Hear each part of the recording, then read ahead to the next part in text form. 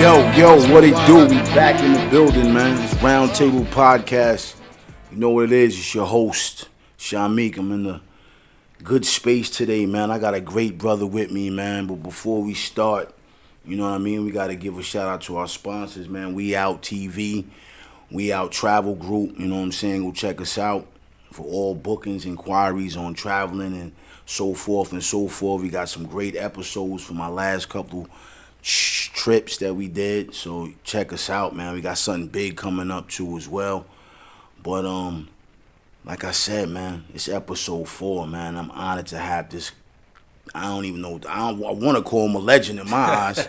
You know what I'm saying? Because of the things that he's accomplished in a small amount of time, man. But I'm not gonna, waste your time. With no further ado, I got my guy Eddie Cash in the building. What's up, Playboy? Appreciate you, big bro, for having me on. It's a blessing. Man, thank you. Before we, rock out for the day, I just want to send a rest in peace, man, to your man, Big Chuck and his family. You know what I'm saying? R.I.P. to our guy. I forgot to do it last week with our guy Spider, but we're going to give a moment of silence for Big Chuck. And also a good brother of ours, a boy T.O., because, he's definitely a glue to us. Yes, sir. And my little brother, he passed away. Your little, and day for my birthday.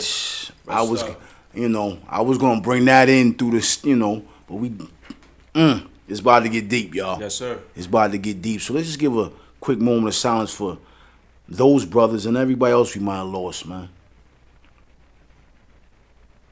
All right, let's do it, man. Eddie Cash, man. What's up, bro? What he do, man? Everything's good, man. I can't complain about not a thing. Why should you? Why should you? I gotta dive into something, man, that's really been on my mind the whole time I thought about, where I was gonna start at with you, man. Yes, sir. I watched you grow up. Salute you, man. Always been a stand-up dude. Appreciate you. You know what I'm saying? And I gotta ask the very first question that's been inside of me forever. The military. Yes, sir. I'm gonna be honest. Cats, even for my group, we never discussed, bro, after school I'm going to the military. Not at all. I didn't have anybody in my crew, in my team, anybody that I was affiliated with. I kinda only saw the military avenue, and I'm gonna say forgiveness for my ignorance, because we keep it real up here, to a lot of people that's down south. That's like in the South culture. Very true, though. They very big on, we gonna go to the military. That's our way out. Yep. Us cats up here, our way out is, we see our cats in the hood with the coupes, the rims, the cars. I want to hustle. I want to play ball. I want to come up with a clothing line. I mean, we don't even think about that, bro. At all. So what time in your life, yeah, because it had to be a moment. It was crazy. That you said, I'm going to go to the military. So I get this question a lot. So after Dwight Morrow, I think it was about 99-ish. I was doing my thing, still hanging around. We always want to get fly and do what we do. But at one point, I just was like, well, damn, what am I going to do, man? What am I really doing? And my uncle, God rest his dead, he was on it, just pushing it. You should try military. Go try Uncle Ken. And was he affiliated with the military? He just saw opportunity that I guess maybe that I didn't see something in it. Right. I had no interest at all, not zero. You know me from start. Right, that's what I'm saying. I didn't even see that coming. No way. We don't have those conversations. I know. So I went there. After a while, after them beating me down with it for like months. Right. So I was like, I said, I don't know what I want to do. I'm in college. I went there. I said it's easy, but I don't really want to do that. And I was like, I just want. You was in school at? I was in JUCO. I was in Bergen Community. Okay. I did a year there before I was like, man, I just want to get away for a minute. Let me see something else. Right. And then I went in the office, told the dude, I said, hey, what's up? I was the easiest sale because I already knew I wanted to do it. I went there. I said, well, who's the toughest dudes? I want to shoot guns. I want to do this. I want to do the most interesting, adventurous stuff. And he said 11 Bravo. So I said, all right, cool. Took the test, did good in the test, gave some time up, and from there I just went. And I actually tried to get Derek in to go with me, right? Which is crazy because we're retiring together the next month. Congrats on that. Yes, sir. Key word in that situation was retirement. We gonna get into all that. That's why we got the whole platform for you. Yeah. So, you know, he was like, man, I'm not with it. You know, he wasn't with it. See, that was my next thing. Because now what are you talking about? Like, what are we doing here? The military? Come on. Where gonna go? And I hit him at the time. I was already, I think about 3 weeks out before I left. I was like, yo, we can go in on this buddy system, be in the same platoons or what they call it back then. So I'm like, all right. And he's just not feeling me. But about a month later, he signed up. Wow. But now, let me ask you this. Yeah. You tried to get D in, but when you went to talk to your family, outside of your uncle, Mom's was not feeling it. Right. Because I lost my uncle in Vietnam, Uncle Richard, God rest. My Uncle James down south on my father's side, he's still alive. He did tours in Nam, knees all crazy, but he was with the 82nd Airborne in Fort Bragg, North Carolina. That's when we spoke about the South culture. Exactly. Getting into that. So he, you know, obviously, I was supposed to go even move down there prior to all of this, but I ended up coming to Jersey. Okay. In hindsight, to get away from the New York, the craziness I was doing. Right. You know, not doing what I was supposed to be doing. But anyway, yeah, man, my mom's wasn't with it at all. But I told her, I said, hey, I'm going to go on this tip. It's called the National Guard. So you go and you come home, you know, and do your studies or whatever the case may be. And I said, it's a rare possibility that I'll get deployed. I told her that, which I really didn't know. So you was just freestyling? I freestyled so I can go and get the approval. Right. So she let me go. Now, did you need your mother's approval to go, or you could have still went on your own? Nah, I was an adult. You can go on your own. Okay. So I signed all my stuff. I took the test, and I had to do some physicals out in Brooklyn, Fort Hamilton. That's the big place where they take everybody on first time goes in processing. So I did that. I spent the night out of there, and then they gave me a month. So I actually shipped out after the holidays, like January 25th. Okay. And I went to Fort Benning, Georgia, home of the infantry. Wow. Yep. Wow. Now, at any given moment before you went, I know your crew. How did that go with the crew though? Like it was kind of crazy. I mean, of course we support each other, but of course. But the reality of it is, like, nigga, what the fuck are you talking about? Like, damn, you gotta stop smoking. You can't drink. You gotta do, you know, because we hanging out. At right, that time. And that's what I'm saying. Right. We in a different time frame, different era. Like exactly. Like I'm with y'all. We all hanging together at the time. So I'm like, I'm gonna be honest. When I heard, I'm like, hey, what? That 90% was that same reaction. I was like, huh? Where did that come from? He bugging. He ain't going. You know what I'm saying? Get out of that phase. Right. He ain't. I mean, come on. We up top. We in New York. And at that time, New York is at a time where a lot of people may not understand was elite. It's 7 days a week we was partying.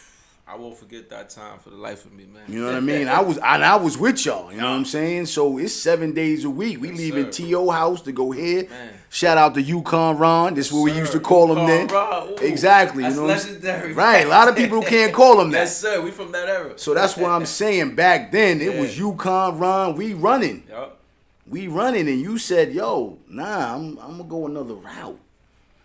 You know? Jay was on me. JD he was on me the hardest. I mean, I know he was. He was on me like, yo, you know, we don't do this shit, man. We could make it over here and do what we got to do that. And I was locked in. You know, I told him, don't worry about it. You know, I'm just going to go knock it out, come back. I'm going to be home, whatever. But he ain't like it. Of course. You know what I mean? You know, that's something different in our, in our community. You know, brothers is not just saying, yo, maybe now. And it's also good that you know what I'm saying, you can tell our younger brothers, yo, it's okay. Exactly. Follow your dreams. Yeah. Yo, if this is your way out, because everybody ain't built for college. Everybody's not built for college, and, you know, some guys are not built for the military. But there's some insight that's different than what you see from the outside. And I'm glad that I attained that knowledge and was able to help a lot of guys still to this day while they're in or coming out of the military. Right. You know, the benefits, education, what they could do job-wise, and independent stuff like getting your own businesses. There's a lot of resources. Right, which it is. You know, because I know a few brothers when I made the move down to NC, a lot of that was going on. Yeah. And bro, I'm like, yo, you bugging, man. But, they got to do what they got to do. And they do come from a different place than we do, especially in them small towns. Man. It's just like no way out. Exactly. Some of them may not, his brothers I know that told me, bro, I never left this town. I'm like, bro, don't tell nobody that out loud. There's people I met that, believe it or not, man, it's going to sound crazy. I met this dude from Montana. He was a nice guy, white guy. No, not Montana, Utah. Never seen a black person in person. And when he said it to me, my man, I call him Queens because he's from Queens, I was from the Bronx, so we call each other Queens and Bronx. And he's like, he went off.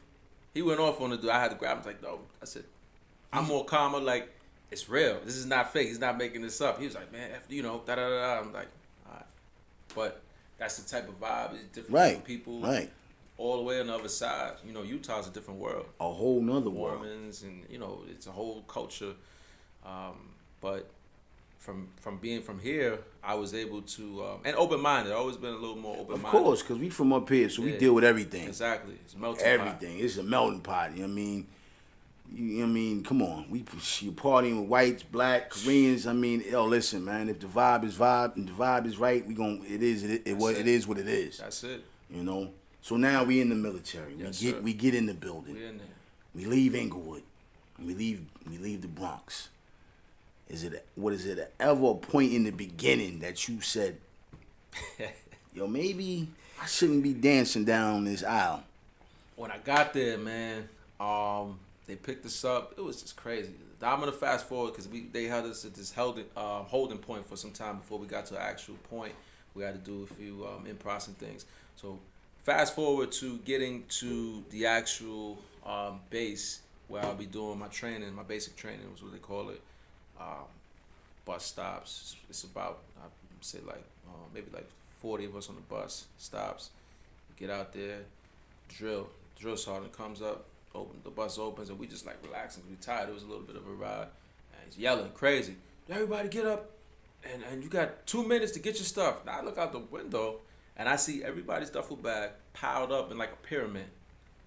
It was 4 stories high almost. So I'm like, how are we supposed to do all this in 2 minutes? So I was like, oh, it's going to be mad. Everybody files out, pushing each other, bouncing around, and then, they just tear us up, push ups, all kind of stuff. It's constant ass kicking for just a lack of common sense. Okay. But, you got to build you got to build with each other and be a team. So we don't know about that stuff. Yeah, everybody's just individual. Oh, I got to get there faster than this person. Now, mind you, nobody there. Man, I don't know nobody there, man. Okay. And even the dude I was with, he was in another platoon. So I'm just like, all right. Guys are from Alaska, all over the place. And I'm just like, damn, they talking crazy like this. I'm like, man, I don't need to deal with this shit. I'm like, it's just abuse. And I'm just like, why? For what? So I had a point that first day that I was like, I felt like I wanted to leave. Right, okay. Day one. So it is officially true because me personally, I went to boot camp. Mm-hmm. I caught my first little charge. They sent me to boot camp. And that shit for me was, they got the horns blown. Yo, I'm running to the mess hall. You don't, and you know me. Yep. I'm coming straight off the bricks now. Yep. I'm like, damn, maybe I should have went to prison instead of going to this boot camp. So I was wondering, is that really how it is with all that, the early morning, the running, the chanting, the working out? They're very aggressive. Very aggressive. They're very in your face. Super. And back then was worse because now I call it patty cake because a lot of rules thrown out the window. They're more easier on the guys. Right. Back then, putting hands on you physically, they'll throw you, hit you in your chest. Nobody's telling. This is what it is. In-house, you in the infantry. This is combat arms. You're gonna take this abuse and you're gonna become a man. Yeah, I kind of experienced that too in my little travel with that first, the boot camp thing when you get your first felony. They were hands on. I was like, yo, honestly, I got kicked out the shit and wound up going to boarding town because I just couldn't. Yo, honestly, I'm gonna keep it real. I got fed up. Yo, now I'm supposed to do a bid. Yeah. But honestly, I look back on it, I knew what it was. It was trying to give me that structure. And at the time, I was so knee-deep in the streets. Yeah. I'm not structured. Yeah, it's over. What the fuck are you talking about, man? I just left the corner. I've been partying every night. I've been doing this. Now I'm down here running in the woods at 5:30 in the morning. You telling me I got a bump with these people? So, I I get it. I just didn't know how real it It's was. intense, man. And You know what I'm saying? you gotta think like your meals are programmed. This is the first meal plan I ever been on in my life. I could eat back home 11 o'clock. You know, we go to the fish spot, chicken Right. spot, or whatever you wanted to say at that time. Now cutoff is child what they say 1700 5 o'clock. After that, you don't eat again. Exactly. Stomach going crazy. I'm like, damn, we don't eat nothing. Then you got to get up at 04. Get yourself ready. You probably get like a 10-minute shower. Right. Everybody in there running in and out. You got to make the bed. In and out. Beds a particular way, folded the corners. Everybody dressed right as far as how the closet looks. Hanging everything the same. Underwear's folded the same. Everybody the same drawers. Everything's just matching. So if I go to my partners or the dude across from me, it should look exactly the same way. Wow. It's crazy. You know. But I mean, it's powerful when you see the transition. One of the hardest dudes, man, he was so tough. And I called him like a Captain America. I said he could do everything. He could fight. He could do PT. He's smart. He could march. I'm like, damn, this guy's that. And he was the one that quit, man. He quit. Wow. When I saw that shit, I said, man, he's a pussy. I said, I'm that guy now. I stepped up. Right. I saw him. He was the leader, man. And I really, used to kind of look up to him. Right, right. You pushing the envelope, you making me want to push the envelope too. Motivating you. When he quit, and then he pretended to be crazy, man. It was crazy. See, I saw him break down. And I was like, man. I told him, I said, yo, you being a pussy. I told him to his face. I said, you being a pussy, man. And I said, you failing all of us. It's fucked up. But he just pretended to be crazy. He would do stupid stuff like spitting, touching. It was. I've never seen a grown man, do anything like that. Now, why? But why is that though? Does the military? I'm not gonna. Do they do that, or do you feel like the person just is not as strong as they portray to be? At that point, cats was going out. They was going straight to war. You know, we talking 2002. So Iraq was getting ready to kick up. Okay. 03, 04. You know, the invasion and all that stuff like that. So you feel like cats might not been ready for the real shit that's about to take place. Because you combat arms, when you go to your unit, you might have a month to get your stuff ready, and you might be in a platoon, and there you go. You're gonna have a big weapon as a team member, a SAW or 240. You in the shit, just like that. That's how fast it happens. You already been trained, so they just gonna teach you the standard operation procedures when you get there. What to do, what to not do. Survival mode, how we do things over here, and what you need to do, where you need to be, and we're gonna deploy you another body. That's it. You know. Now, still, you at this time in the game, you locked in. It ain't no, yo, listen, I'm going home. Nah, I'm not. You locked in. Nah, I'm locked in. If you try to leave at that point, you got to deal with the local police, the military police, and then that's like past then. That's a breach of contract, so other consequences come after that. So yeah, you just do or die at that point. Now, how was you mentally? Now you're in a different space mentally. Yeah. Now I understand the game, you know, and now that was really good. But back then, it was tough, man. Because how old was you back then? I was young, man. I was like 20. 20, yeah, because I went in 20. Yeah, I turned 22 that May after I graduated. Okay. Right before I went to jump school. So yeah, I was 20, man. So you know what we used to do. Right, that's what I'm saying. You mentally about to go to war now. Yeah. And it's like, and this part was so crazy. I think the most time I thought was when we were in the bed, man. You got time to sleep, and you get a mental break when all the chaos is stopped. And it's died down, and it's just you and that bunk, and it's that moment. That moment, and you're thinking like, man, am I built for this kind of shit? Like, you know, I know I may not be deployed right away, but there's a chance that I'm going to be deployed. Am I going to be prepared to do some of the stuff that you're learning? You know, and I know I don't care whoever tells you opposite of that. They was thinking the same shit or worse. Because I've met some of the toughest people, some of the best.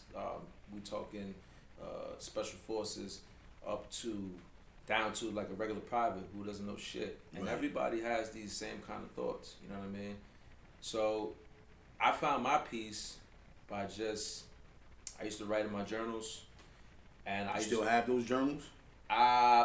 You know what? I don't know. I'm gonna have to look a little deeper for the ones back in 2002, but the ones from Afghanistan, I still got them in 2011. Right. It's about 10 years ago. I have that. I have it in my storage. So, and I read it from time to time. Open it up maybe once a year, just to bring me back and know like, hey man, you came from the hell, man.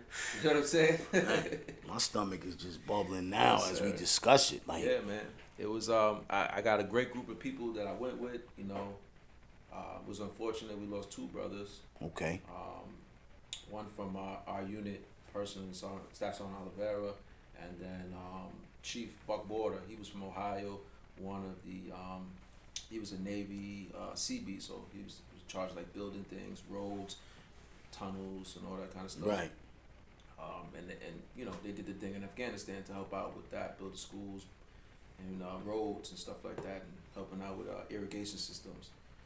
So yeah, it's surreal, because at any point from back then to there, you're gonna have to step up was you scared? every day. Okay, I mean, I had to ask Every that day. question. You know what I mean, Every day it was a little bit of fear, because once I was put in these positions to lead, it wasn't only my life in my own hands. I had guys that I had to step up for and make sure I'm doing the right thing. So my nights in Afghanistan consisted of reading the Ranger Handbook. Everybody, we know what that is. If you're 11B, you start reading that from the jump. That's close to the 7-8, the Infantryman's Bible. Those two things are like this. They teach you everything you need to know about survival, things that you need to do in the field, operations and procedures. It's very good. But I was one of those guys who felt like I didn't want to waste time. I want to learn. So in my spare time, I was doing that when nobody Right. else knew. right. Trying to Now, get better. I'm gonna ask a personal question about that. You Yes, over sir. there? Did you have a relationship with God? Because I mean, I don't know what I don't know what your religion was. Yeah. I don't know if you know. Did you have a personal relationship with God? You know what I'm saying? Because sometimes I ain't gonna say sometimes. Really, that's the key to it all. That's the foundation. I'm not even gonna say sometimes. Without Him, Time. you know what I mean? And you in a different space in your life, Yeah. a different, like everything is different. Because I know there's times I found myself sitting in the cell like, yo, God, please. You know what I'm saying? And I'm just trying to get free. Yeah. You trying to make it back to the States Yeah. with your crew. Yeah, with the crew. Exactly. So, is it did that play a big part in your life too as well? You know what I mean? Just Yeah, absolutely. A part walking of, in faith. Yeah, I would read my passages, and a part of our everyday thing before we rode out. Me and my boy TJ was in the same truck. I told him we're reading scripture, one for the day. I read out of Psalms, whatever I spit out. Da da da da. Everybody pray, come close. All right, amen. Let's go do it. Right. Every time That's we rode dope, out, man. and That's dope. that was our ritual to this day. And me and him was in the vehicle through some of the most terrible shit together. And sometimes we're like, yo, the only way we got out of this was God, cause it was so crazy. And I've seen it before, but my mom always used to say, my dad and everybody's looking over and they're like pushing you just a little bit out of danger's Harm's way, yeah. Harm's way. So, Right. powerful stuff. Right. That's a blessing, man. Yes, sir. I'm gonna ask you about a brother, man, and Kenneth Carter. Yes, sir. Uncle Ken.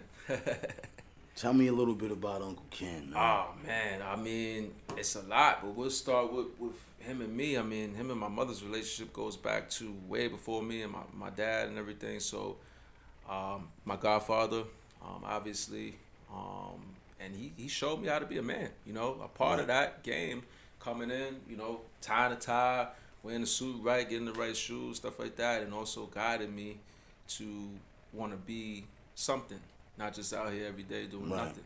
So he was on me. And it was a pain in my ass too, man. Like, Of course. I'm coming for this and I'm like, Mom, man, he wants me to do this. They want me to come to school in Jersey. I wasn't for Jersey at all. Like, and I had nothing against it. It's just I wanted to do it my way. So I said, I'll come out here, but let me stay in my high school in New York. He was like, Right. oh. So I started working out here at ShopRite, but he gave me a hard time. He would come to the job. I was like, yo, this guy's like popping up. But now I get it, Yeah. And he, at his funeral, he didn't ever get to see me in my class A's, my dress uniform. So I wore it to the funeral. Right. In memory of him. because there was so much he taught me that I take with me to this day, man. He's a beautiful person, and he cares for so many people. I've seen him do so many things for so many people. My cousins, coming up way before me. So with him, man, losing him was rough, man. But my retirement date is on his birthday. It's crazy. You see how God works? You see how God works, man? That's That's God right there, because hello.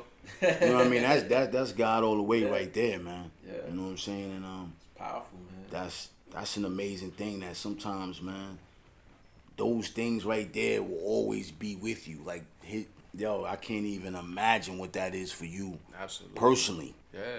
You know what I'm saying? Because you know what he stood on. You know where you came from. Look to where you at. Yep. And the retirement date of that Yep. is on the date of his. Come on, man. That's crazy. You can't even ask for no more of a blessing. You know what I'm saying? So we gonna how long was it until you came home? From Afghanistan? Yeah, on the first. Okay. See, I don't really understand. Know how that works. Now you're heading out. You done made it in the building. You head to Afghan. So Afghanistan, we trained up for that thing. Man, it was like 4 months train up. Crazy time I had to leave again when Auntie Bob died, JD's mother. Right. At that point, you remember that? Yes. It was crazy. During the holiday, I had to leave. I had no choice. I had to get shipped out. So it was hard. So I left there and I went to Indiana, and we trained for about 3 to 4 months before we actually shot out to Bagram, which is in Afghanistan. And so let's just go. When we went out there, so boots on ground, we was probably there for like 10 months, 9 to 10 months. On ground, going out well over 100 convoys in and out, just going out patrolling, doing our thing on missions, and taking care of business. So we got back. So we got to the training site in March, and we got back to the training site that next March. Okay. So altogether it was a year. You did a year. Total time we were training and boots on ground. Yep. So now you're a year. You knee deep. Knee deep. What's running through your mind a year later? You know what I'm saying? Yeah. Now that you're a year, you in the building. Yeah, and that's crazy because I got out, so I got back in 2010, that's when I went right into Afghanistan. So that next year later, I was trying to figure out what I want to do. I said, I don't want to be reserved no more. I want to be on the active side, in the States, because you can be active here in the States. Okay. So I'm looking for a gig as we go. I landed a gig down in Fort Dix. You know about that down that way. Right. So I landed a gig actually being an instructor and advisor for people going overseas. So we would train them to go to Afghanistan, and there was a few groups going out. So we would train them on weapons. We would train them on hand-to-hand combat, different type of things with the vehicles, convoys, what to look for out in the fields, like the explosives, like IEDs and all that stuff like that. We would create lanes for them that would be mocked to actually look like something that would be there in Afghanistan. Right. That kind of stuff. I did that for probably, I think that I did that for like 3 years. I did that. You still in your mid-20s doing all this, champ? No, I was. Oh, you not? I was 32 at that time. Okay. So the 20s, because I stayed in. I did first deployment. I did Cuba, Guantanamo Bay. Okay. I was down there at a high point when all the prisoners, they was having the commissions and tribunals. So that was like big, and I was young first deployment. I did that, and then I went to Albania in 07, and I got out. So I got out when I was about 27, 28. Okay. And I got back in. So at 27 and 28, you just did 8 years. 8 years, man, and I was done with it. I was totally done with the But military. where are you mentally at 27, 28 years old?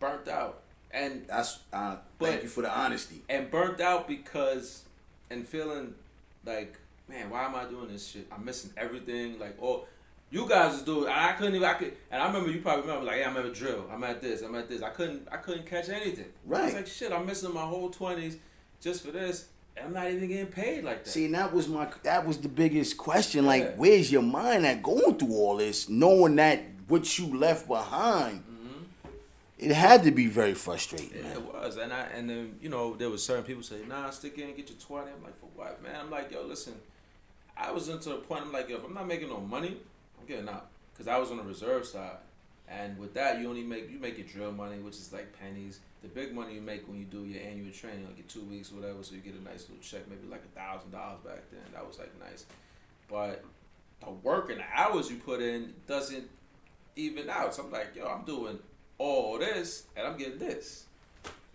So I was done, and they was getting ready to go to Iraq. I didn't go to Iraq because I got out after Albania when I did some training. I had to train the guys over there with a group of dudes, and I was for like 3 weeks or whatever. But I was done. I said, I'm not getting back in. They tried to convince me, you're a good soldier, you're gonna be. I was team leader already, made sergeant already, but I was like, nah, man, fuck that, I'm out. Got out. Then once I got out, I was like, fuck am I gonna do? Back to the drawing board. And it was like you had jobs on the part-time, but now you like, because you were thinking about acting before, it's like, I think I'll just transition. Now you like all the way out. It's like, all right, now I gotta fully functional, get myself together. I don't know about military benefits. I'm not doing nothing. I did use a school benefit, but just to get paid. I didn't care about school, to be honest. I'm like, hey, I'm taking this class, I'm passing them, but I'm like, what do I want to be? Right. I don't know. Just take classes, get paid. Enough to check. Wow. All right, so I did that, and that's when I met my boy, around 2009. I had a hard time, man. Spock gave me a job at his old place. We used to work. He was running it. He showed all us love. That was a blessing. Had a kid in between that time, so I'm like, yo, I mean, this is where I'm going with this. You see what I'm saying? What's going on? And I'm like, man, I gotta get this money. Right. So whatever. And I had a gig at the post office, but I'm like, man, fuck them. I'm busting my ass. It's easy for me because I have common sense. So I know how to pack the truck. I know how to navigate. I would pinpoint all my positions. Sometimes I do the route backwards. That's before they had this little tracker system where they follow you, so you can do whatever you want to do. And I get back so fast, and they just give me more fucking work. What the fuck's the reward? I just get back and get no more money. Right. So I might as well slow this motherfucker down. Slow it down. You know what I'm saying? And milk it out. And back then, if anybody knows the Postal Service, it was hard as hell to become like a regular because those guys were saying forever. They would never leave. That was like you wanted to be a garbage man, a post office guy. These are the things, you know what I mean? Now it's like you can just hop in and out this shit like it's nothing. Exactly. And they, everybody was talking this law enforcement shit. I'm like, yeah, that's not me. This is not. And I did go there and I did the park ranger thing, and I did go to the dispatch course, understood the 911 and all that stuff like that, and I was looking into it.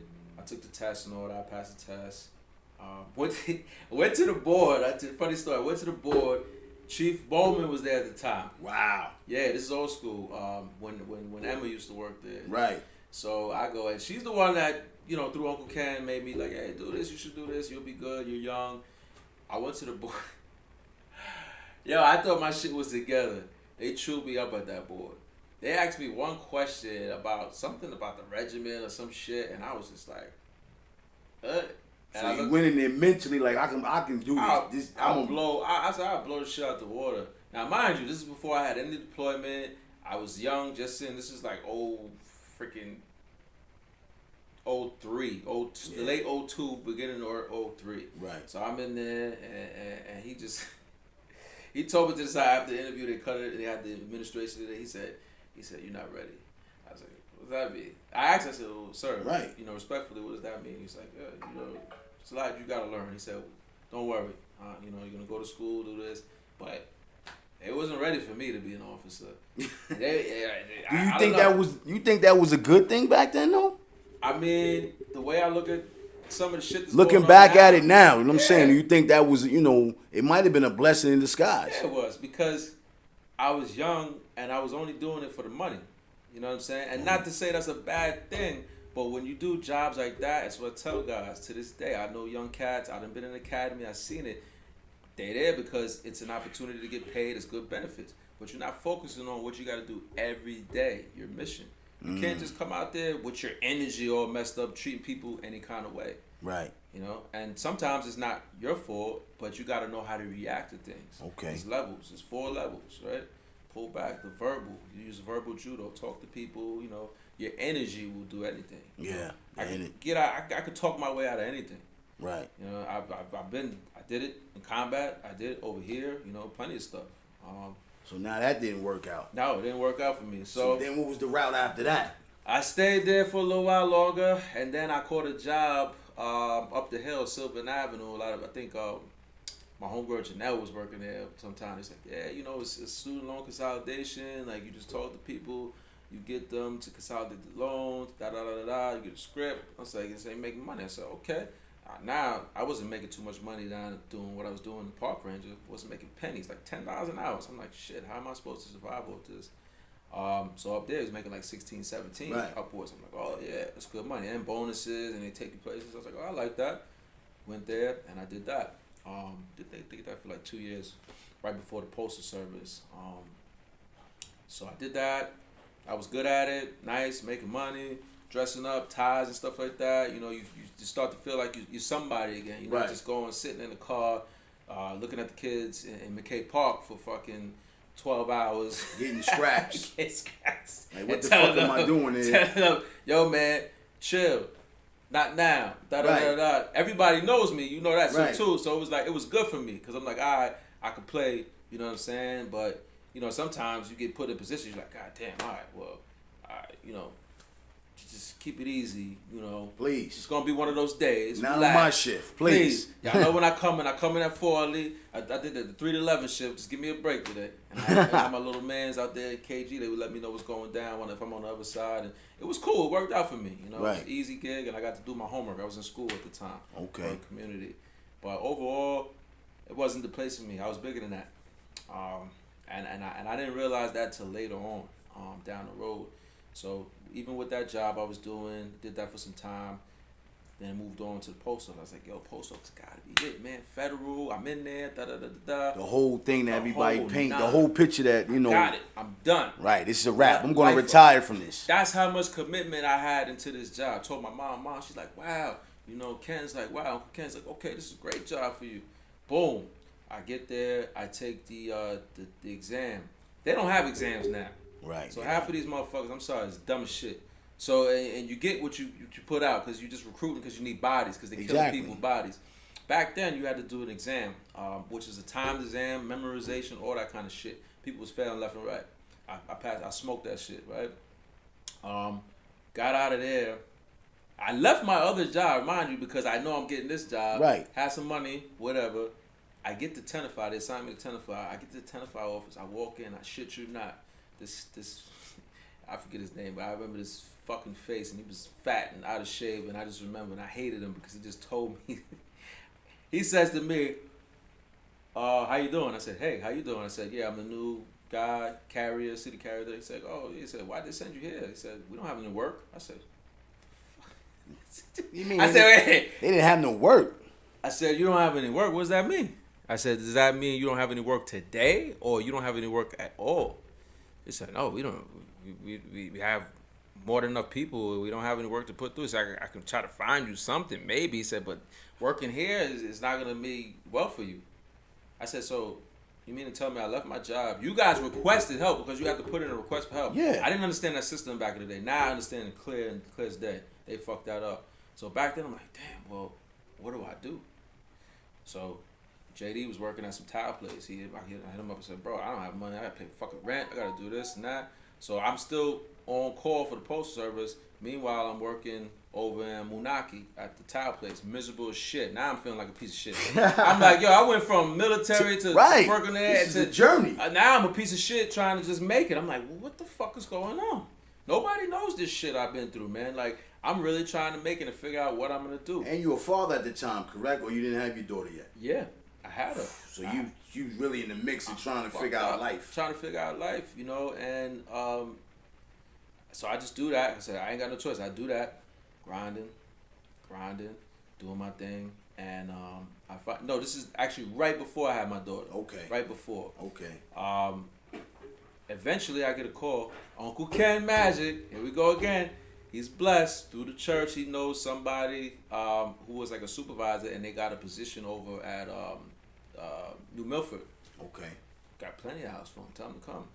After, I did a little bit of 10 to 5, then I said, fuck you. Once I got to New Milford, oh my God, I couldn't leave that place. So many hours, bro. So many. I worked that shit. I got really good. The only thing when it came to being done after a year, they wanted to rehire me, but still as that position, as like a temp to hire. So what that means is you don't have those benefits. Exactly. That's why they wanted to do that. And it's cheaper to keep me on overtime than the regulars. Exactly. So I would come pull their ass out of trouble and come pick up the mail for them when they moving slow, when they want to pretend to move slow, shit like that.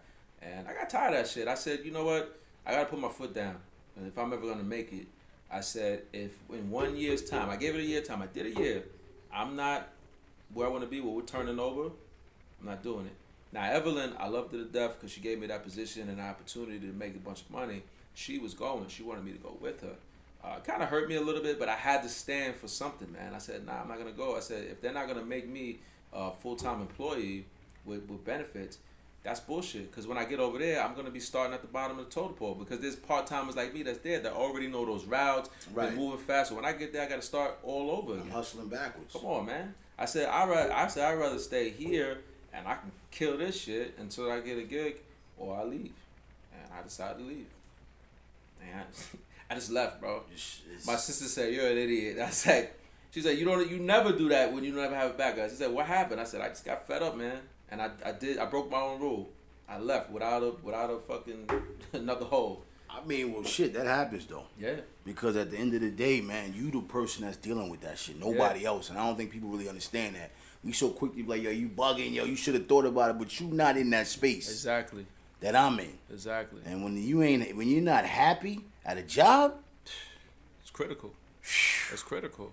And that's another mental illness. It's super because you start doing shit that you wouldn't normally do, and it starts affecting and rubbing off on other people. You know what I mean? So that's not a good space to be in. So you bounce. I bounced. I left, and I had nothing. And then at that time, I knew my kid was on the way. Right? Wow. So I'm like, I got an apartment. I got a car. I can't pay my rent. Fucking people are calling me to court. They're taking me to court. All this shit was happening. So I'm like, yo, man. I give him a little bit. I give him like, my rent was like $800. I had a hookup back then. Right. Unbelievable rent. You'll never get that in your life. Even the studio won't get that. So I was paying like, $600 here, maybe $700 or whatever I can get. But I needed my car. I'm paying my car insurance out. I gotta get money. I'm hustling, moving around, making a couple dollars here and here. Whatever. I'm doing whatever I do to get a couple dollars.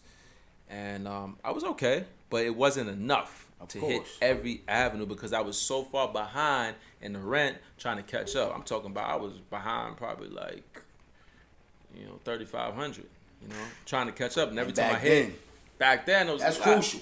Back then. That's crucial. And they loved me. They just showed me love, but at this point, they had to take me to court. And I said, I respect it.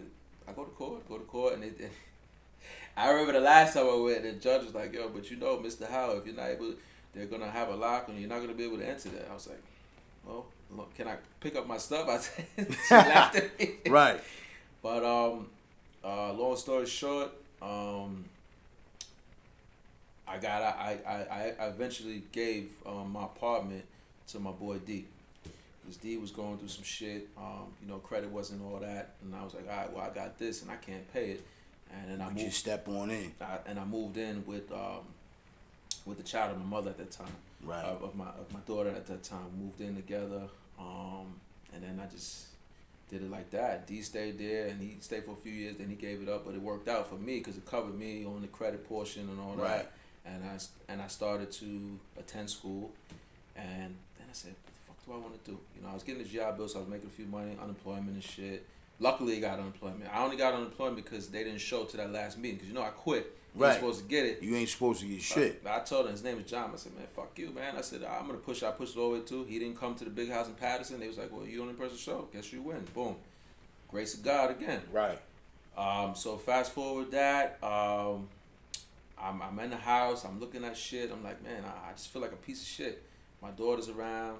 Spock gave me the job. I started working there, but I'm still like, man, this ain't it, man. This ain't now it. You got a child. I got a child. I got this job. He's giving me the most I can get. Right. You know what I'm saying? That's my brother. He's trying to take care of me. That's what we do. Yo, I can work with me. It may not be what you want to do, but Right. bro, it's gonna get you It got me right. where you need to be for the moment. Exactly. So I started making some calls through some of my dudes. My old commander, lieutenant, who was in, and I reached out to my old platoon sergeant. I'm just trying to see what's going on with the army, with the guard. I'm like, yo, what y'all doing? Any deployments? Da da da.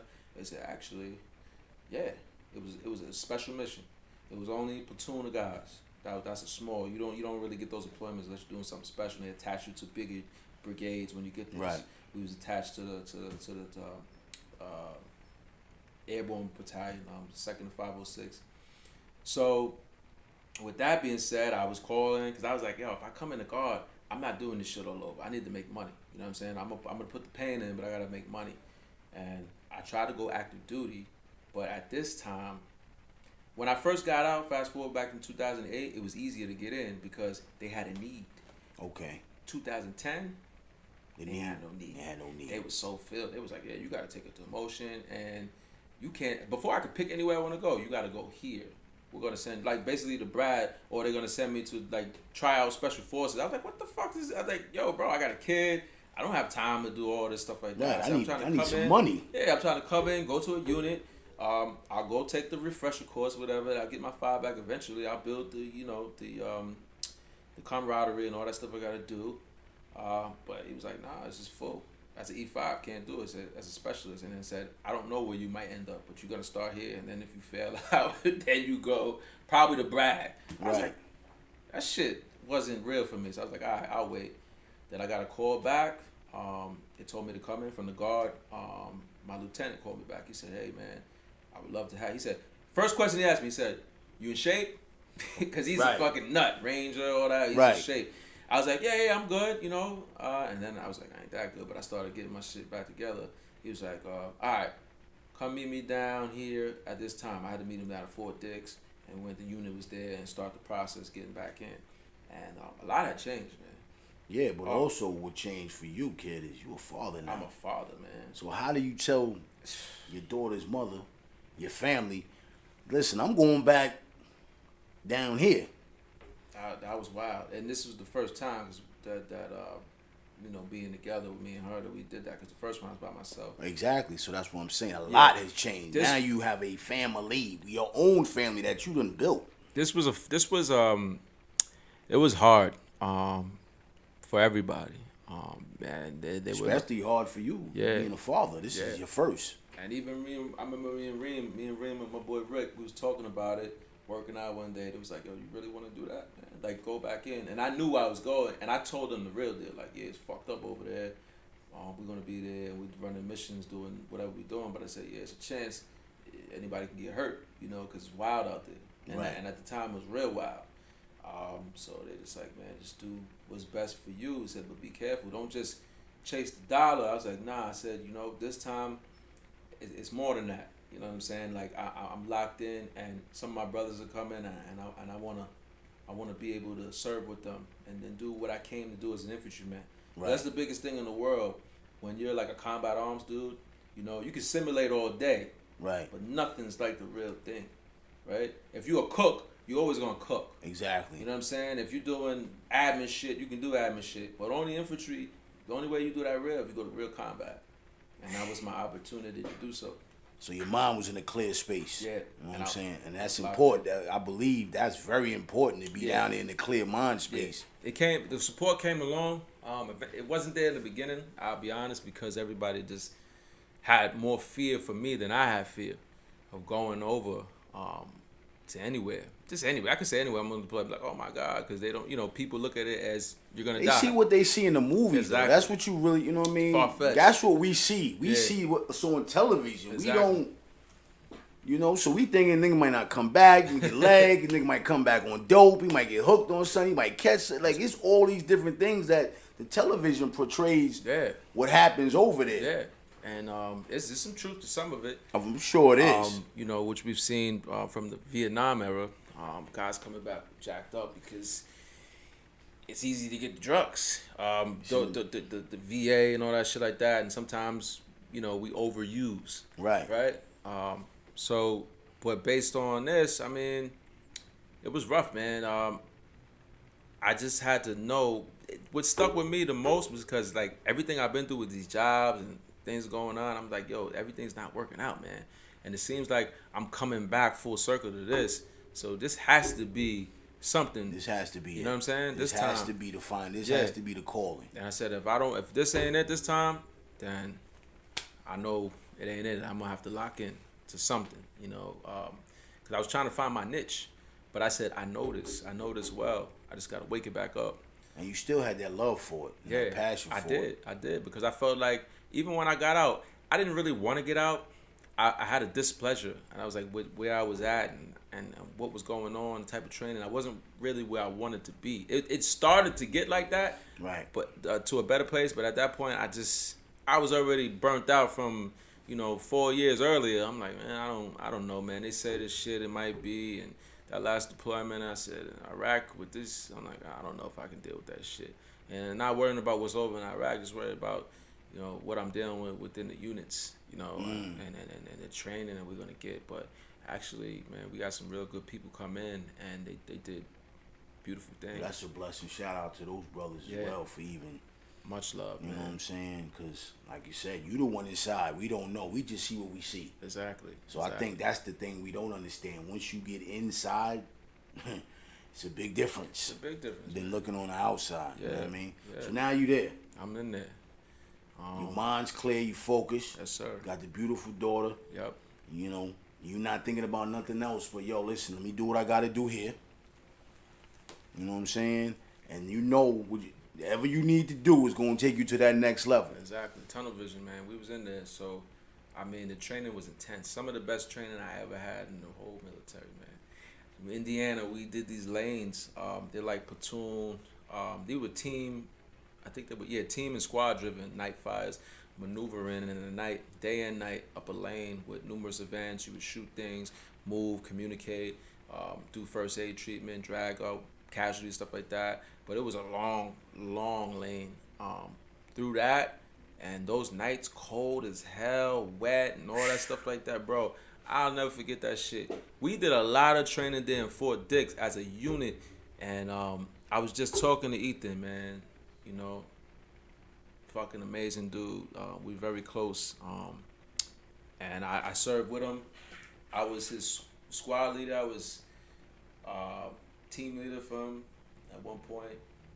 And we just kind of thought about all that shit, man, and I really appreciate those kind of guys that drove the training, because at that time he wasn't liked. He wasn't.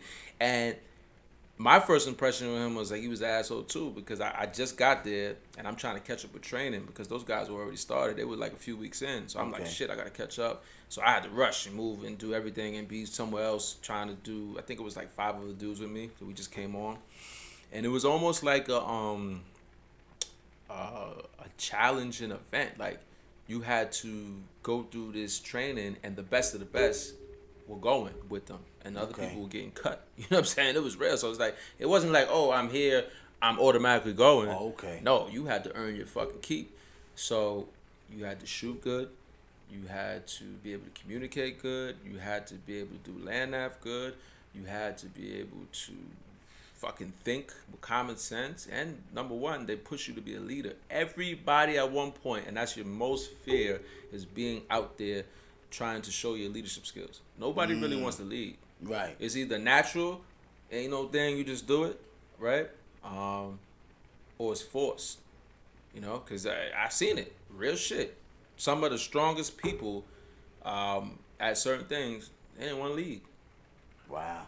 Because when you lead, we already got accountability in life, but some people you can sway away from that. But when you're in that leadership position and you are in the truck commander position, this is your truck.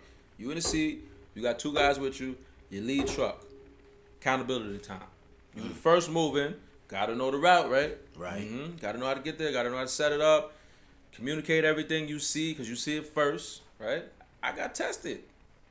Yeah.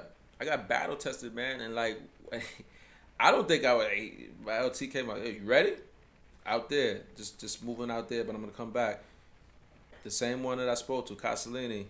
He said, "You ready?" I said, he said, "Yeah, get the fuck ready." But are you ever ready? Are you ever, you know what I mean? Because I don't think in that situation, I don't think you can ever be ready for that. Nah, you're not. You're not. You just, what I can say, if you train enough and you train hard as if you in the real thing, it will happen. And, Okay. and it's not gonna be a thing when it happens. That's how it happened for me. And some of the guys, when we really got into some combat shit, like some real shit was flying.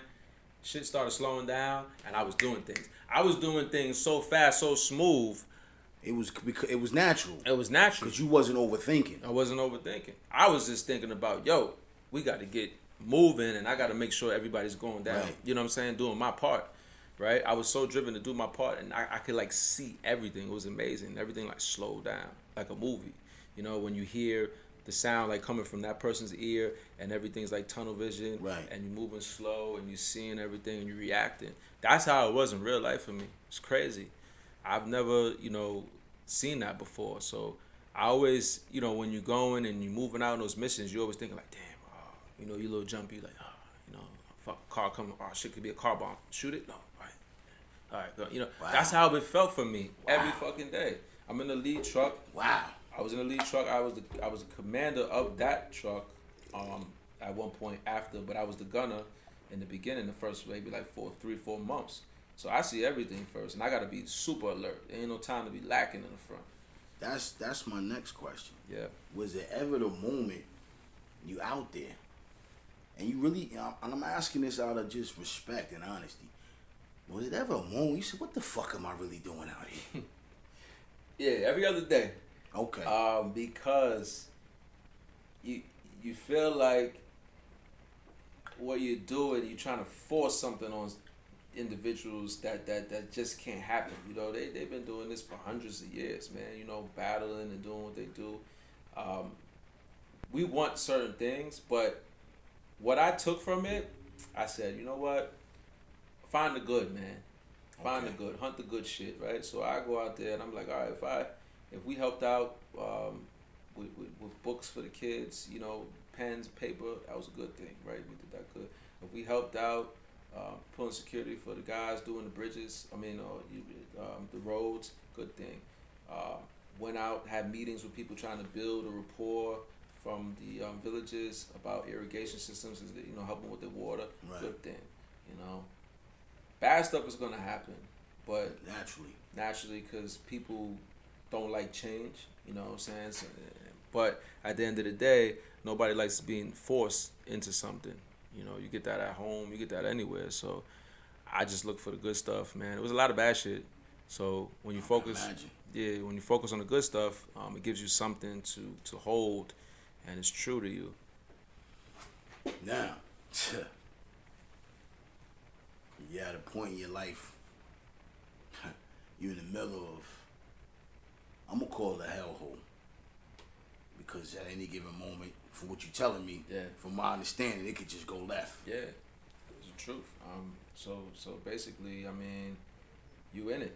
You know what I'm saying? And I don't talk about it often because it's like you live it, you know it, but in all actuality, it's fucked up because every day you like, damn, I can get blown up today.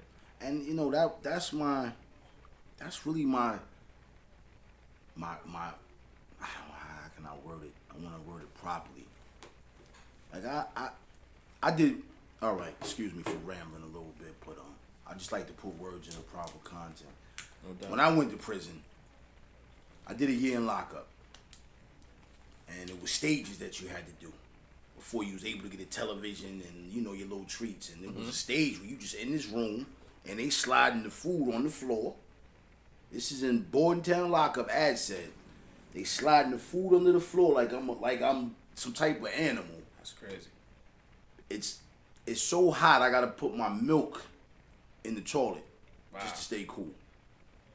And I'm laying in there and I'm thinking like, yo, what the fuck did I get myself into? I'm got one small little green Bible, the little green small Bibles. Yeah, somebody happened to leave in there. And I know my mental space, it wasn't at a suicide place, let's just be clear.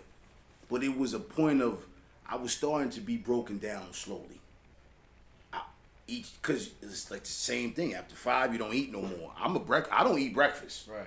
So I'm not eating breakfast. Right. So now I'm eating 12 and 5. Right.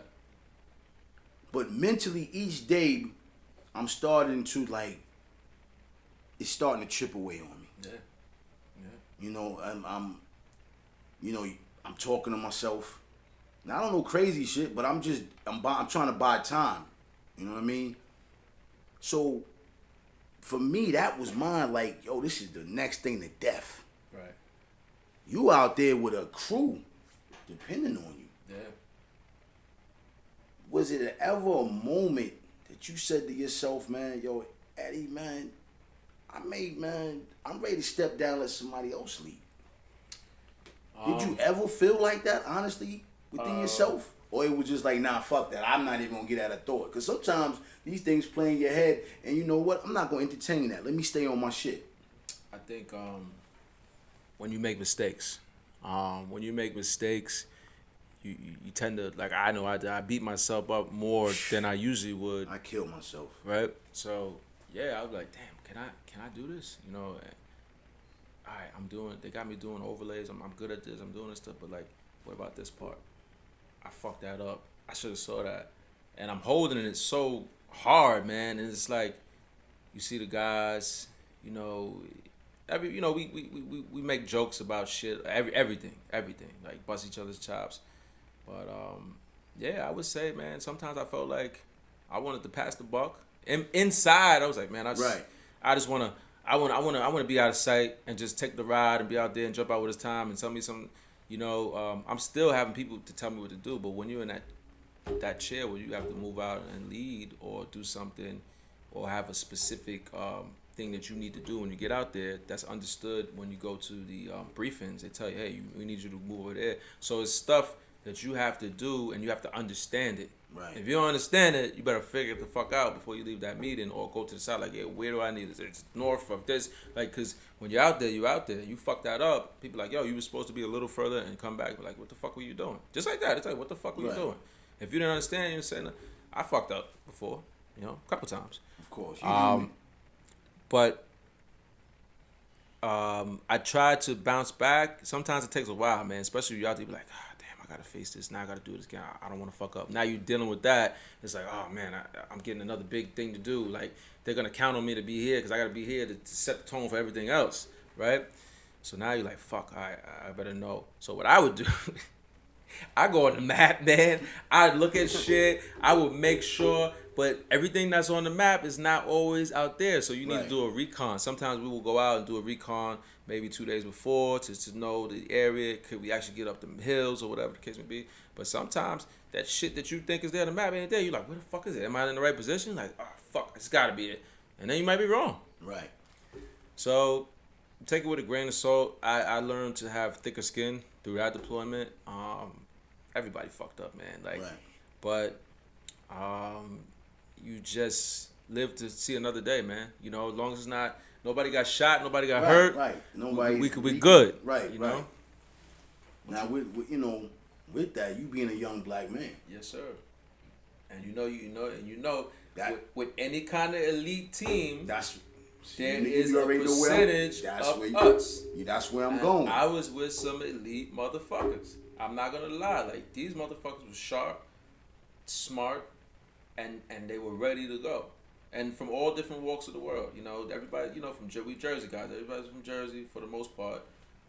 Some former active duty. Some, you know, special operations dudes, prior service. So I'm with dudes who understand it and go. Okay. So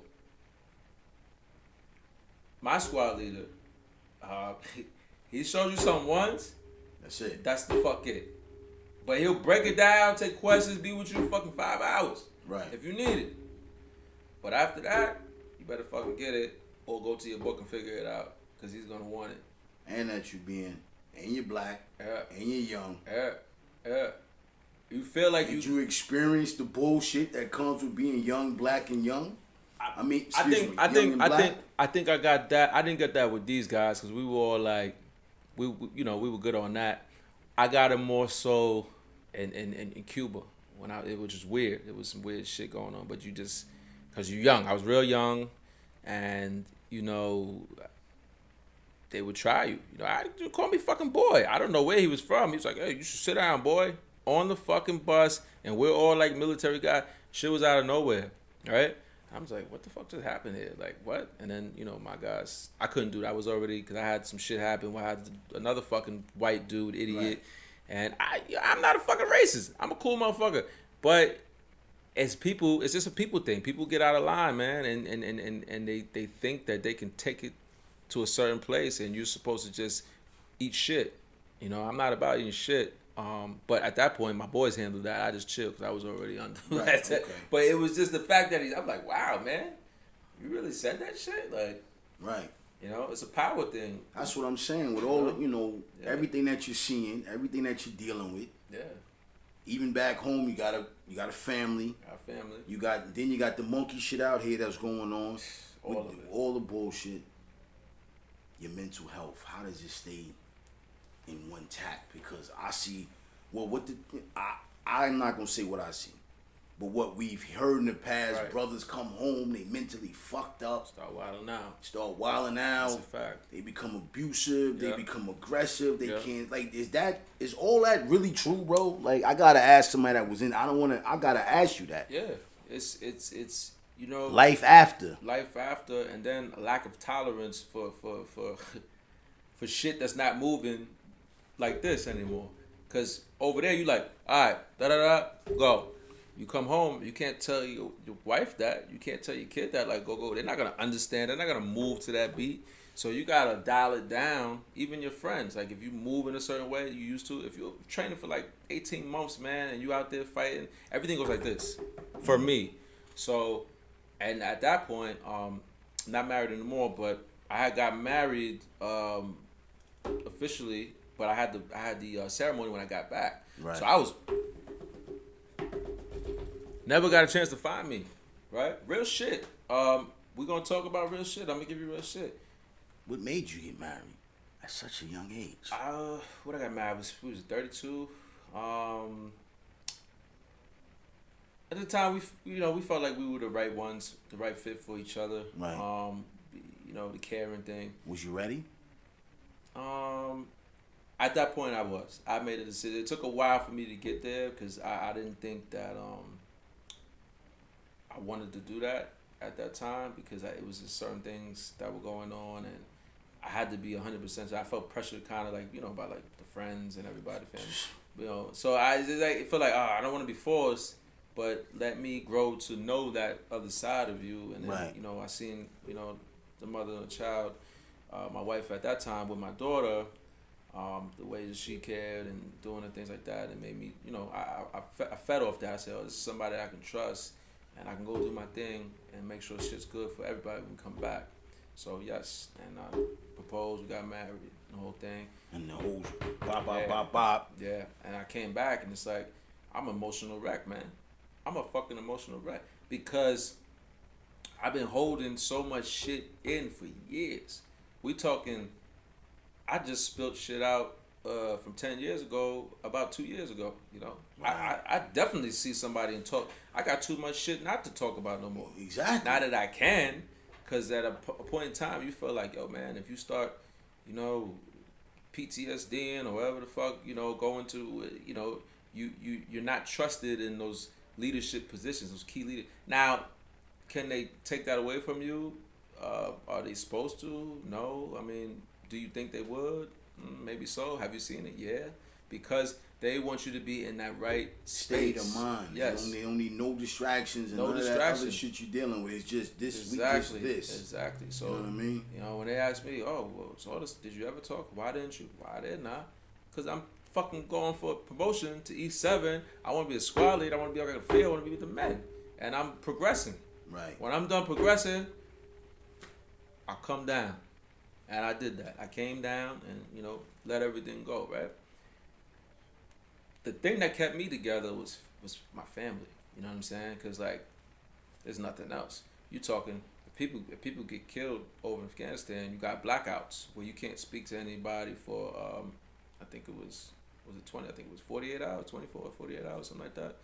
correct me if I'm wrong, but it's a blackout. So you're not speaking to family. You're not doing nothing. You just going out on missions. There's no internet for you. No shit. You can't talk digitally, email, no nothing until that shit gets cleared up because they don't want you to.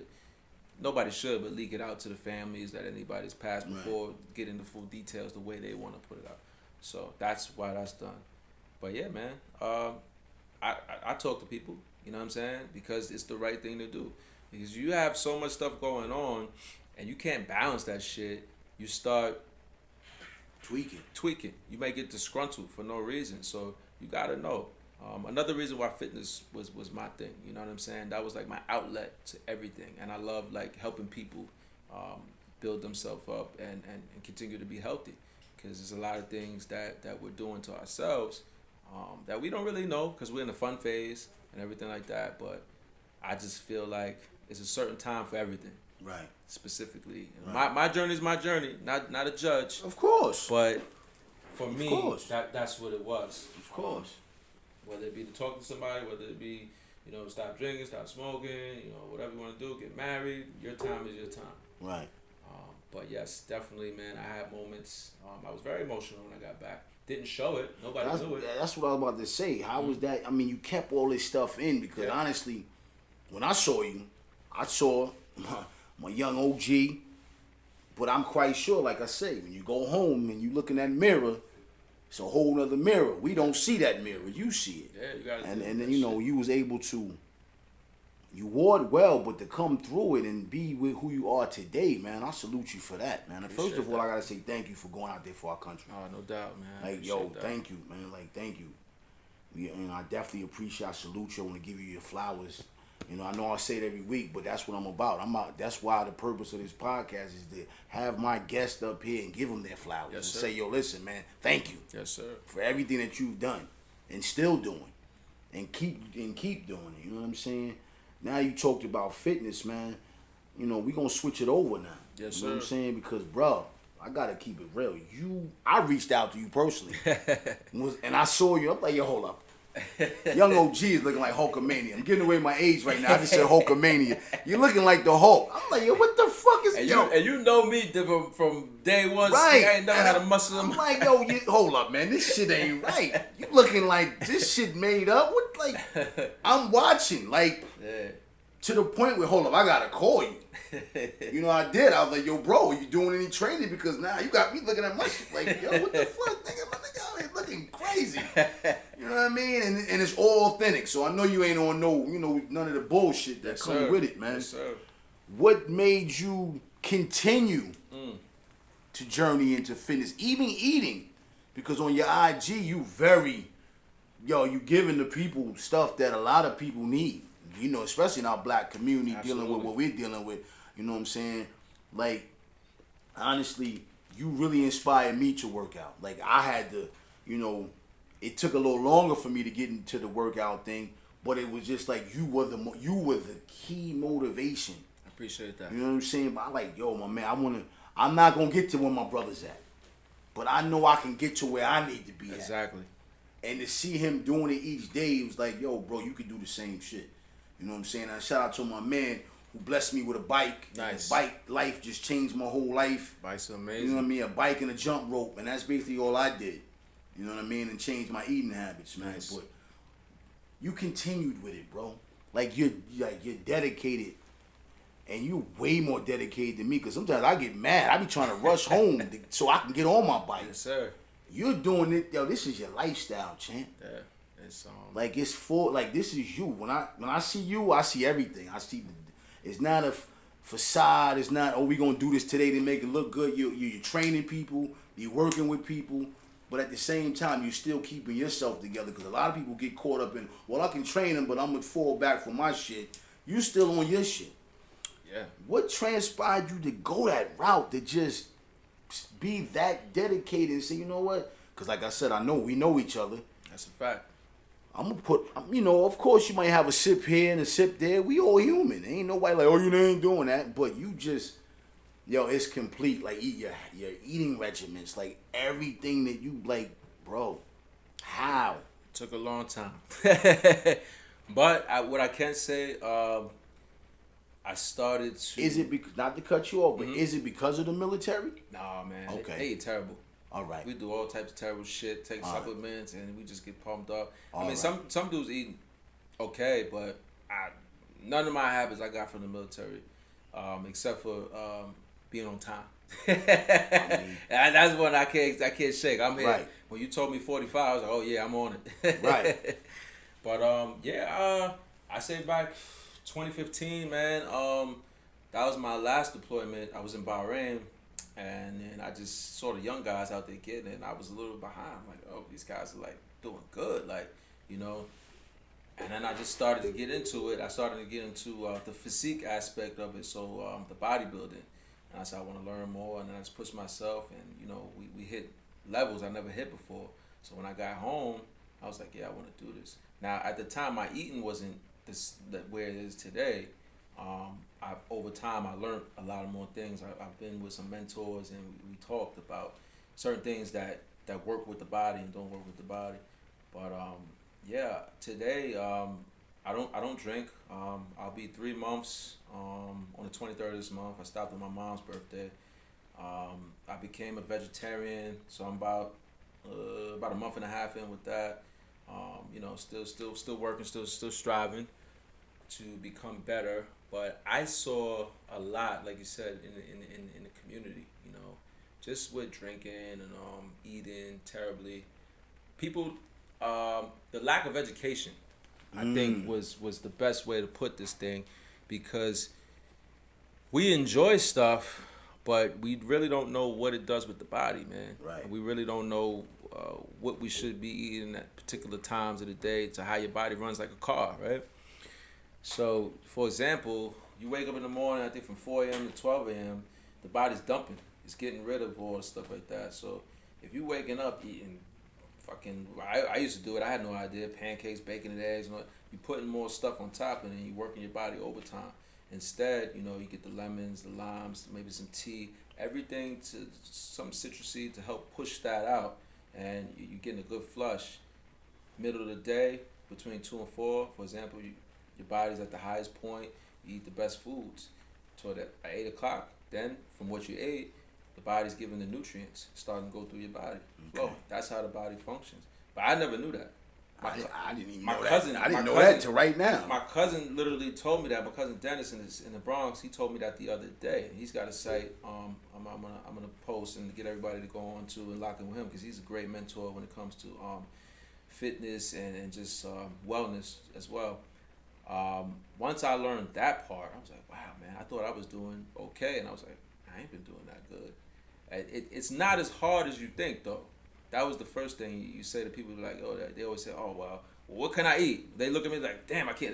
They'll go on my DM like, oh, well, I guess I can't eat nothing now. It's like, no, you can eat plenty of stuff, but what you choose to eat, what makes you feel good, what your comfort zone is, right? So just like me, yeah, I want a burger, right? You feel good with a burger, but what does it do? You know, how long does it take to break down that burger in the system, right? And how many burgers you're gonna eat in a week, right? How much green leafy food you're gonna eat? All this stuff, like you fast food trash, you know. And if you notice today, they're giving fast food for dirt cheap. They give you bundles. You might get 7 burgers and fries gimmick now for like fucking $20. Right. You notice that because some people are straying away from that, and they're trying to bring you back in to eat all this stuff. Right. You know. And it's luring our kids in, because our kids say, "Yo, I can go to Winnie's and get a $5 bundle." You know what I mean? Save my money and eat good, because it is what it is. Exactly. You know what I'm saying? So, exactly. But for to see you stay disciplined and with it, yeah. You know what I mean? That's man. That has to be something you gotta pride yourself on, bro. Because I see you, bro, and it's like, yo, man, it's not like, you could tell when someone's just out here trying to do shit for IG. Fakes. You know what I'm saying? It's a difference. I see. Come on, knock it off. This is all a performance. And then with you, it's like, yo, I see it. It makes you want to say, I want to be a part of that. You know what I'm saying? And I think that's the thing that captivated me. Like, yo, I wanted to be a part of what you were doing. Nice. Because I saw it from the ground up. You know what I mean? And it was like, wow. So if I'm feeling like that, I'm quite sure it's a million other people like, damn, Eddie doing this thing. That's why you a trainer, because, yo, you giving that, bro. And I'm gonna salute you to that, because I didn't see a lot of, I see a lot of shit on IG. We both do. Right. And you be like, yo, come on, this shit's scripted. It's like, come on, you're not. It's just like you're reading from something. Yeah. And I don't. With you, it's like, yo, that's my guy. This is him. You know what I'm saying? And that shit is, that shit is dope, man, because it definitely played a big part of my life. Because I was battling with high blood pressure. Oh, that's and amazing, key word man. says I was, because I feel like now I know what I need to do, what I have to do, and I do understand we can still eat a lot of shit, but let me just season it differently. There you go too. You know what I'm saying? You know what I'm saying? Let me season it differently. Let me lay off the beef a little bit more. Right. You know what I'm saying? Right, let me balance. intake more water than just, I was doing sodas like it was motherfucking water. Right. We all were. You know what I mean? That I'm eating, drinking soda with chips in the morning, 8 o'clock in the morning, blowing a cigarette. Nigga, and as I get older, I'm not getting my body recoups differently. I think that's what I learned. I had a small injury, and I was like, damn, this shit ain't healed yet. Wow. It takes a while. So, and then it was all coming from like, I'm getting older, I need to start. But it really, it started with me, just like I said, I reached out to you. You know what I mean? I want to touch on the word that you touched on earlier, man, retirement. Retirement, yeah. Like, I don't know about a lot of other people, man, but for me, at 47, growing up in the community, I don't hear too many of our people saying that. That's a fact. That I grew up with. Of course, we had uncles, aunties, oh, he retiring from here, retire. But when you grow up with somebody, you don't, I'm about to retire. I can count on one hand how many people I know that's about to retire. That's a fact. Literally one hand. And I salute y'all for even getting that far. Appreciate and it. that's what I'm trying to teach my kids. Like, yo, listen, you gotta, don't get a job, get you a career. Get you a career. Yep. Tell the people a little bit about you, the retirement, man. Oh, man. Retirement, man. So, first off, and you still young. Yeah. And handsome. Yeah. And fresh and blessed, flashy. Blessed. So it's not like you retired and you just gonna slump over and Right. you out of weight and you're looking crazy. You're Right. retiring, but you still in your bag, playboy. We're gonna turn up, man. A lot of people would say, when you get 40, you gotta stop doing this. You gotta stop doing this. I'm like, go look up David Goggins. If you've never been motivated in your life, look him up, and he will push your ass out the window. And he might have been a motivation king at one point. Let me tell you, man. So with me, everything is powerful now. I remember the lady told me when I was going and doing my paper, she's like, you got a second chance at life. It's the second part. You can blossom, do whatever you want to do. And I'm sitting there like, damn, it's really over. Oh my God. Let the people know what you're retiring from, though, champ. I'm retiring from the United States Army, man. Whew. United States Army. I'm blessed. I've done multiple deployments. I've done multiple training events, trained people, got some good training from people, learned from some great mentors who are either still in or just got out themselves on what it means to have purpose, right? It's powerful, that purpose. Wake up every day with an agenda. And like I said, if you waking up and you don't know what you're gonna do prior to, you're wrong. To this day, I still write my stuff down, my goals and what I want to accomplish. So even sitting here saying that with you today, I didn't think I would be retiring from everything. Like I said, where we come from, it's like retirement is like an old person thing, like an older person. Right. And we see it like retirement home. It seemed like so far down the road. So I'm like, no, I'm gonna do this forever, right? But now, with that being said, my focus is on helping people, and it ain't about the money with me, helping people. Because they're like, oh, you can charge. Yeah, you can. And you can get your money a certain way, but you're gonna get it anyway. You're gonna get it anyway when you bless and you love what you do and you're sincere. Like you said, if you know from me, I'm telling you from the heart. Like, I'm not gonna tell you nothing I didn't do. I'm not gonna tell you to do something I've never done, and I'll do it with you. Right. If you training, you're doing something that's hard for you, I'll work with you so you can get through it. Right. That's what we do, and we want people to live longer. We want people to be healthy. So as you get older, the most important thing is cardiovascular health. Like you said, the bike, jump rope, stuff like that. That's all you got to do. But retirement, man, I would never think I'd be here. I'm blessed to be going out with my brother. Hopefully, maybe we'll put together a little retirement party. And, I'll see you there. Of course, I'm in the building. You know that. We're gonna make that happen. I'm just blessed, man. And I talked to him. We had a long drive down to drill one day, and we just looked at each other. I said, "Yo, do you ever think we would be this far?" I remember you didn't even want to get in, and I barely got in. Right now we retiring from this shit. Like this is an accomplishment, man. Yeah. You know what I mean?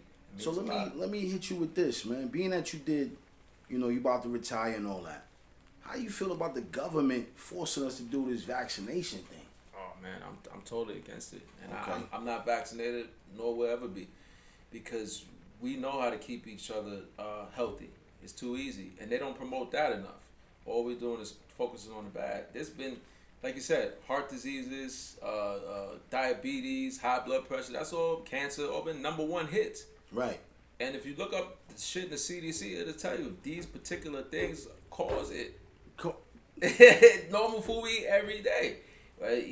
Like you said, you can have balance, but people overkill. Want to barbecue to death. I was down with it at one point, but once I understood, so I'm not with that. And then actually, people should have choice. When it comes to stuff like that, you should have a choice. And if you say we're gonna wear the mask, hey, I'll wear the mask. Whatever we gotta do to get through. If that makes you safe, but the mask ain't helping either. Yeah, let's be honest. Let's be dead honest. It's not really doing shit. It's actually fucking up your breathing and eventually mess up your respiratory system. From what I have looked into, I don't know. Do your own research, take care of it. But I know anybody that I know, if you standing with the fucking mask on for 12-hour shift, it's gonna start to have some sort of effect on you. Of course, right? That's why a lot of people are leaving. Teachers in New York, they're leaving because they don't want to get vaccinated. They work hard. Some of the nurses. You employed in New York? No, I wasn't. My girlfriend is. She's a teacher, and she's not. She's not doing it right now. She took a leave. I don't know if they're gonna change whatever they do. But so what are you doing now? Outside of being in retirement? Training people. And then I'm focusing on a few ventures coming up. Business ventures that'll unfold within the next maybe year or two. But otherwise, I just train people. I'm getting my pension. Forgive me for asking this. Go ahead, talk to me. Please forgive me for asking this, bro. But I think, man, you coming from the community, Inglewood, Bronx, we going to the Bronx, all that you've been through, bro. You don't think your avenue, man? You gotta get into these schools, man, and really teach our young black youth, man. I actually was talking to Janelle about something like that. And I took the I have it. I have the substitute teacher certificate. I know that. I did some homework. That's why I hit you with that. Okay, yeah. I was talking to Janelle about doing something with health.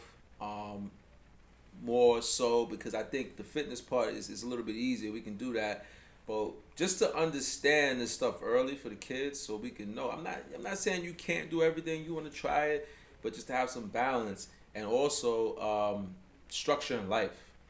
That's the biggest thing. See, that's the thing I was going to hit you with, because the military teaches you that. They do. You know what I mean? They do it, and I'm not gonna lie. I even learned that. I learned that in boot camp. I'm mad every day, but I'm very like, yo. I hate when someone late. I hate when somebody. But the reason why I said that to you, and I know I said that to my other guests, because I feel like the kids now. I'm a father. I got my 17-year-old is in the building. He lives with me, and I'm talking to him every day about certain shit. And I know it's like, yo, please. Dad, shut the fuck up. Well, it's different when it's coming from not the father or the mother. Right. And it's coming from somebody that they can see, relate to, because we our kids, if we stand next to our kids, personally, you would think I might be the brother. Yeah. It's times I've been to the school and they're like, oh, that's your older brother? Nah, that's my dad. Right.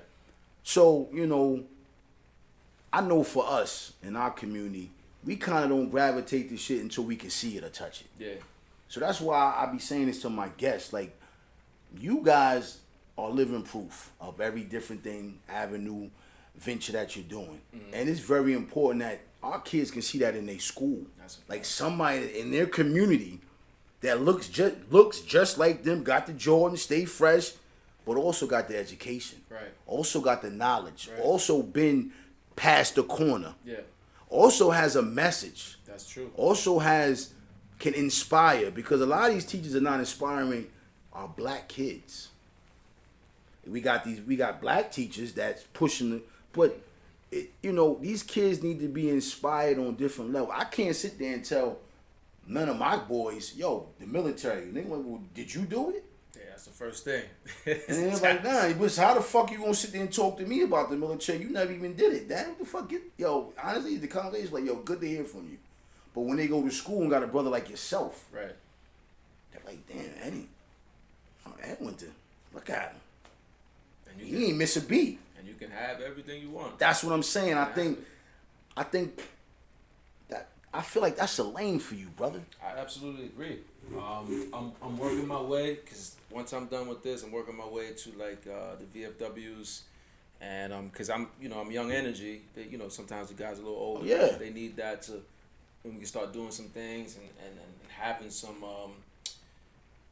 kind of rapport with the youth. And I didn't know exactly what lane to go and how I was gonna go about it, but sitting here talking to you today just gave me a reminder of what they need and how soon they need it.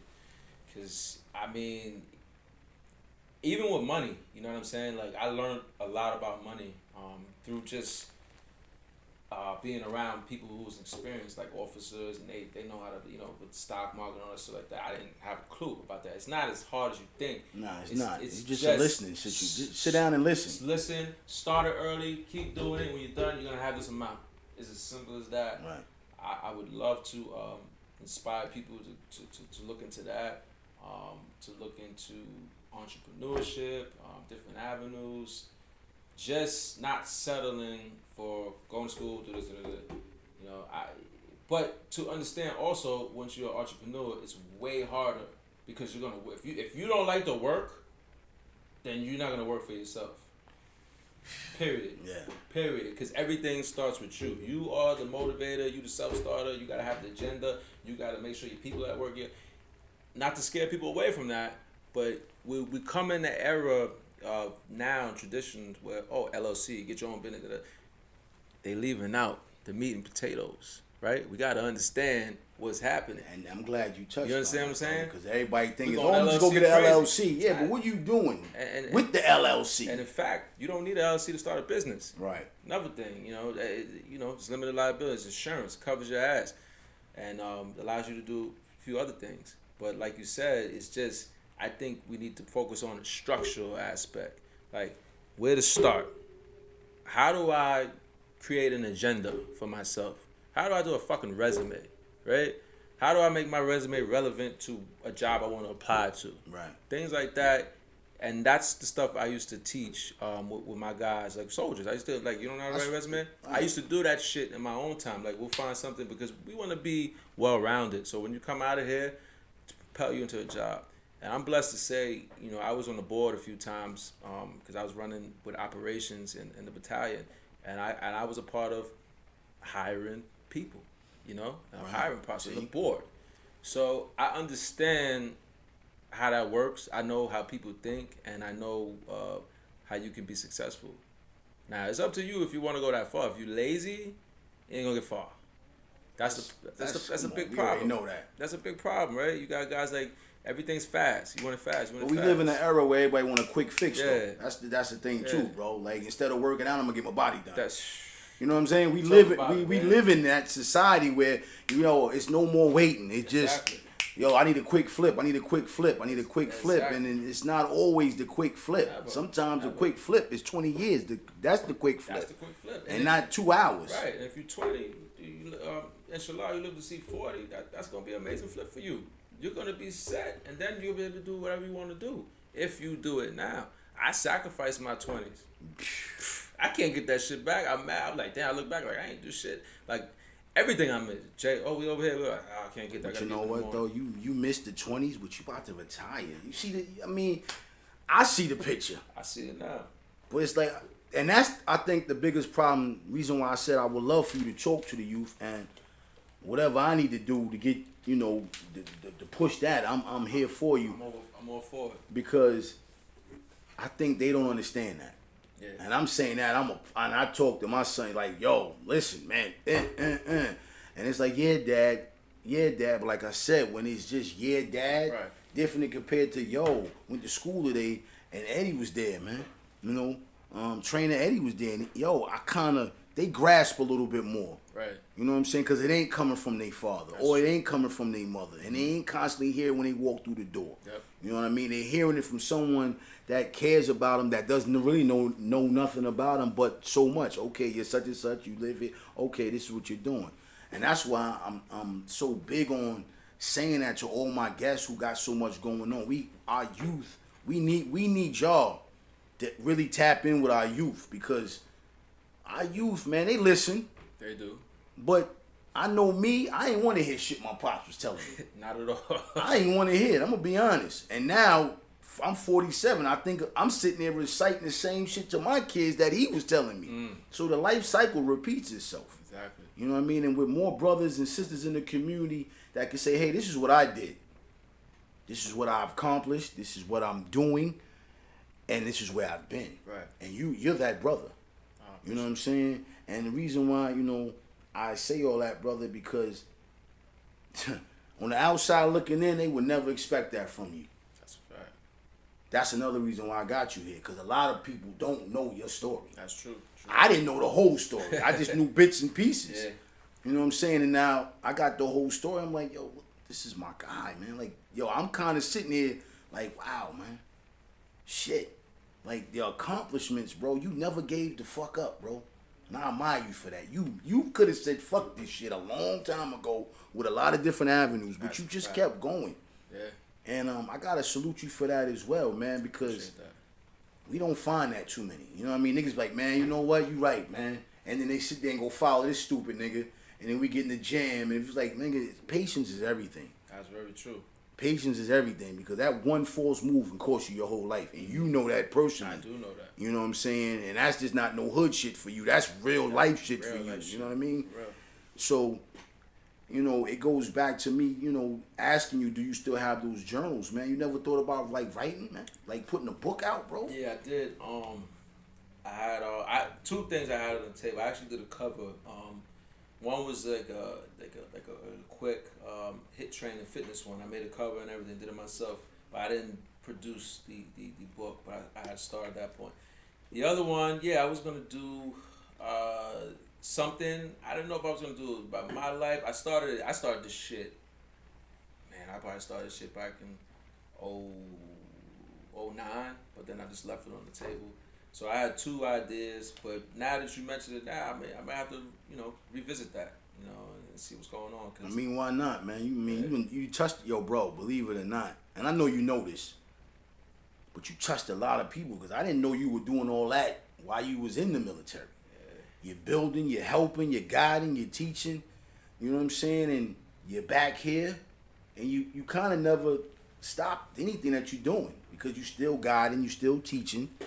You know what I'm saying? And I think that'll be great, because we need more great black authors, man. I think a lot of us, you know, we so caught up in the Donald Goring shit, nigga, like, yo, the crack and the dope fiend. And, you know, the girl, great books, and, you know, she's out of town, she bought the pack. Yo, that's cool. Don't get me wrong, that's dope. Right. But, yo, I want to give my son this, yo. This is my man Eddie. Read this, man. This is somebody from right here. That's powerful. Right here. This is someone you can, I can go call him on the phone. And, matter of fact, come out with me tonight and you can touch him. We need more of that. Absolutely. You know what I'm saying? We really need more, because we glorifying a lot of nigga shit right now. I just got to put it out there. Heavy, man. We heavy, especially with social media. It's killing our kids.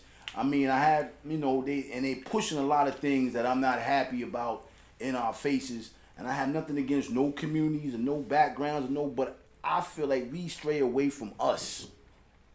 That's a fact. We really stray away from us, and we have to really push us more. And this is what this platform is, and this is why I have you here, because I need brothers to know who Eddie Cash is. I need them to know his story. It may be one kid that may be watching this right now, like, yo, I'm going to join the military because of you. It may be one system and saying, you know what, let me get over my ass and go fill out that application for that military. If I can just touch one and help one, through you guys, because without y'all, I'm nothing. I'm just a voice. I'm just a platform. And I really do it for y'all because I know who y'all are. Appreciate you. You know what I'm saying? And a lot of brothers got these platforms and they want to talk about all the other shit. But I want to talk to my people. You know, people that inspire me till to this day, bro. Right. You know what I'm saying? I'm on your page still to this day. Look, okay, he jumping rope. Bro, you the reason why I got to jump rope. All bullshit aside. You know what I mean? I tried to do the suicide shit in the park. I'm like, oh my God, I'm about to pass out. What can I do besides to keep riding? And one day you just like this. I said, yo, I'm gonna get me a jump rope. That's amazing. And I keep that in my book bag while I'm riding my bike. I'm got my jump rope in my book bag. So when I do, you know, I got my little thing set up. Nice. But it's all through you. Like it's really through you. Appreciate it. You know what I'm saying? And I think, I ain't gonna say I know, man, you personally, man, what you can bring to our youth, man. You know what I mean? I know you're a father. You know what I mean? Shouts out to that. Always see you with your princess. You know what I'm saying? You know what I mean? I can only imagine how you think about, damn, what if I had a son? You know what I mean? Because I know with a daughter, it's a little bit different. I'm going to go crazy on him. Right, that's what I'm saying. You can't go as ham on her because she's like, yo, dad, chill out. I mean, but you got her eating right, so that's where it starts. Yeah, I got to do it. She's on the black seed and stuff like that. She gave me the face, but she's, Dad, I took it. Yeah. You know, let's continue, you know what I mean? You're on it. You cannot, okay, we're going to go outside and lift 100 pounds. You're going to run 50 miles. We're going to eat right. That's it. You know what I mean? We're going to eat right, man. Small steps. You know, in our closing out, man, you know, if you could change anything in the military, what would it be now? From my experience, it's just everybody has leadership styles, right? Right. With mine, it was kind of unique. For some reason, I meshed with the men. You know, they could feel comfortable talking to me. You know, I didn't have to be an asshole 24/7. They would do what they had to do, and I would be more receptive to what they had to say. Now, you know, if you start bitching and moaning, that's a whole other thing. But I just think your approach as a leader, you know, because there's a lot of toxic leadership out there, and it's unfortunate. And half of those guys, some of those guys know a lot, some don't really know shit, never been nowhere, but they just come in with this persona because they want to look the part. This macho man bullshit. Macho man bullshit, and then when you get out there, you packing it up. Soft as pumpkin pie. So stop faking jacks. Be honest. Be true to yourself. Be who you are. Step in your own shoes, and people will respect you. Right. Listen to them, man. Because if you try to beat them down and belittle them, it's not gonna work for you. Right. It's not gonna work. I got guys that I can call to this day that if I said, yo, I'm going here, and if they had this shit ready, they can go. They would go with me. That's dope. Over years in history, and me respecting them as men first, fathers, whatever they had going on, and I asked them to do this with me, and they did it. Yo, you gotta, you know, your legacy is powerful, champ.